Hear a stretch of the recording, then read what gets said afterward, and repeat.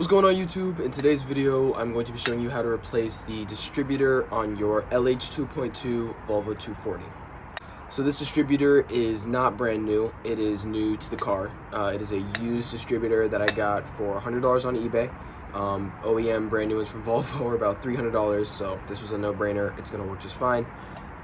The reason which I'm replacing this is that my Hall effect sensor, which is right here, this is the Bosch Chrysler ignition system, it has this Hall sensor. Mine's broken. It is not working, not functioning, so I am replacing my distributor to replace this. You might be wondering why not just replace the sensor. I was looking at it for like 30 minutes doing some Google searches. It's a pain to take apart this whole assembly to get this sensor out, and the sensor itself was 80 bucks. This was 100, so it was worth the 20 bucks just to buy the whole thing, swap it in and out. So yeah, let's get to the car. I will show you how to put this one in, take the old one out, and I'll show you how to replace distributor cap and rotor in the process. That's more common maintenance, so you might be watching the video just for that, in which case you can just watch like the first little bit, and it's really easy to replace. So let's get into it. Let's go to the car. This is our old distributor right down there. As you can see, mine does not have the cap or rotor on it. I actually took those off, just messing with it. As you can see, this is where our broken Hall sensor plug is. I took those off. I can't find them. I was gonna put them on and pretend like I was just taking them off to show you, but I'll show you real quick just on the new one. So assuming this is in the car and how it is supposed to be, and you're just replacing maybe the cap or the rotor, you're first gonna want to pull out all of your spark plug wires, and I would label them 1, 2, 3, and 4, correlating to which piston it goes to, just for simplicity of not having to worry about it later. But once you get those off and labeled and out of the way, to remove this cap, it is so simple. All you're going to want to do is pry off the 2 side clips just with your thumb, and the second one's kind of already loose because the first one's off, and your cap is off, and you can just set that aside. To remove the rotor, just as simple, pop it off. It's a little bit, mine was a little bit seized the first time I took it off, so I had to really yank on it, but don't be afraid to yank. Just kind of slide 2 fingers underneath like that, pull upwards, and it'll eventually pop off. You can see where some of the rust is and why it would be seized. And yeah, don't worry about, if you're replacing just the rotor, don't worry about putting back on in any incorrect direction. There's a little notch on the inside which goes to this, so boom boom, put your cap back on, and you're done with that job if that's the job you're doing. So replacing the distributor itself is a little bit more of a complicated job than what I've just shown you. You're going to want to leave your distributor rotor on if you took it off, because we are going to need that to memorize what orientation the rotor is in currently. So as you can see, there's one position's in here. There's a tiny bit of slack right there, but that's fine. That's how it should be. We're gonna need to memorize that mine is perfectly straight and in line with the motor. You don't have to memorize it being perfectly straight. You just have to memorize it wherever your car is.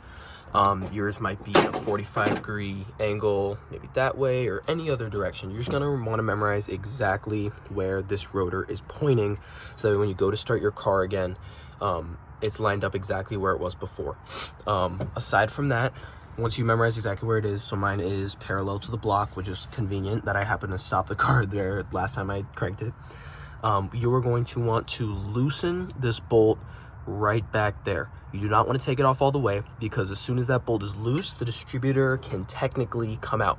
They're almost always extremely seized. You're going to need to smack it with a hammer and really pry on it to get it out. So that's why you're going to only want to loosen that bolt. Same technique as if you were taking off a steering wheel, yanking on it. You don't want to yank it and send it out flying. So you just want to loosen that bolt until it's free, and then remove the bolt, and the distributor should come out nice and easy.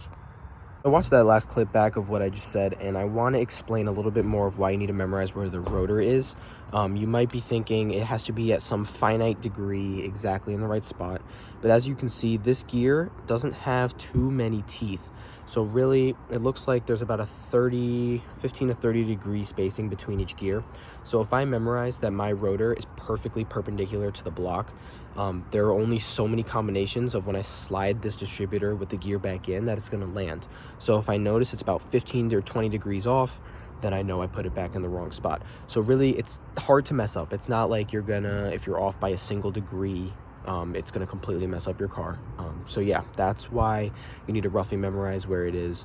Doesn't need to be a science, doesn't need to be perfect, don't need to get any measuring tools out. You just need to memorize pretty close, but we'll say not ballpark, maybe within inner field, right? It's about where it is. So yeah, that's why you want to do that. I hope that makes sense. If you have questions, leave a comment or DM me on Instagram. I'd happily be able to explain it further. I hope that makes sense.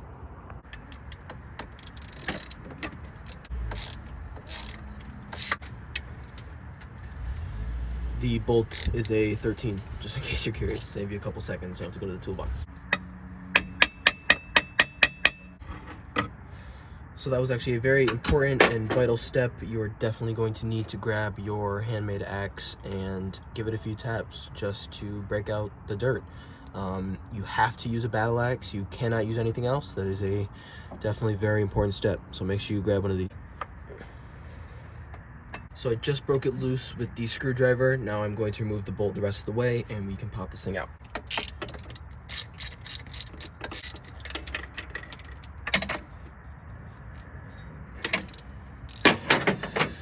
And of course I dropped.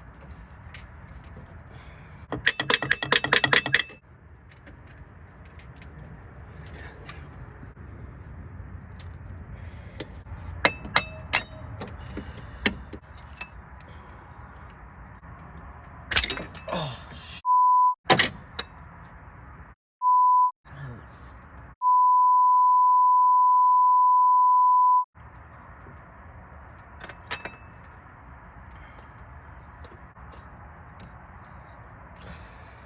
so our old distributor is out, and as you can see, this one looks a little bit worse for wear, grimy. Seal probably needs to be replaced, so it's good that we're replacing this thing anyways.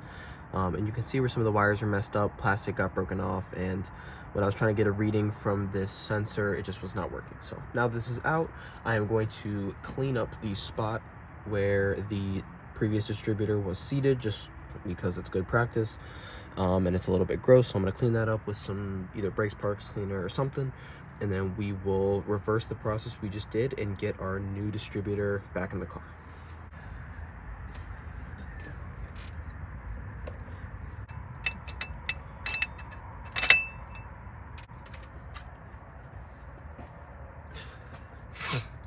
So I'll try to demonstrate what I meant before by how there are only so many positions it can go in.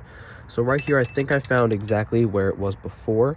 And if you see, if I take it out again, it kind of like spins into place because that's just how the gear is made. But if I try, let's just say it came with it pointing in that direction, I can slide it in, there's a position there, I can slide it in, there's a position there. You can see that they're, like, if you feel it and you remember exactly where yours was, you can kind of feel where the gear slides in, and you can find all those different positions. So that's not quite where I was. That's the same one I just did. Right there. So that's exactly where I was before. Parallel with the block, going straight this way, and that looks great.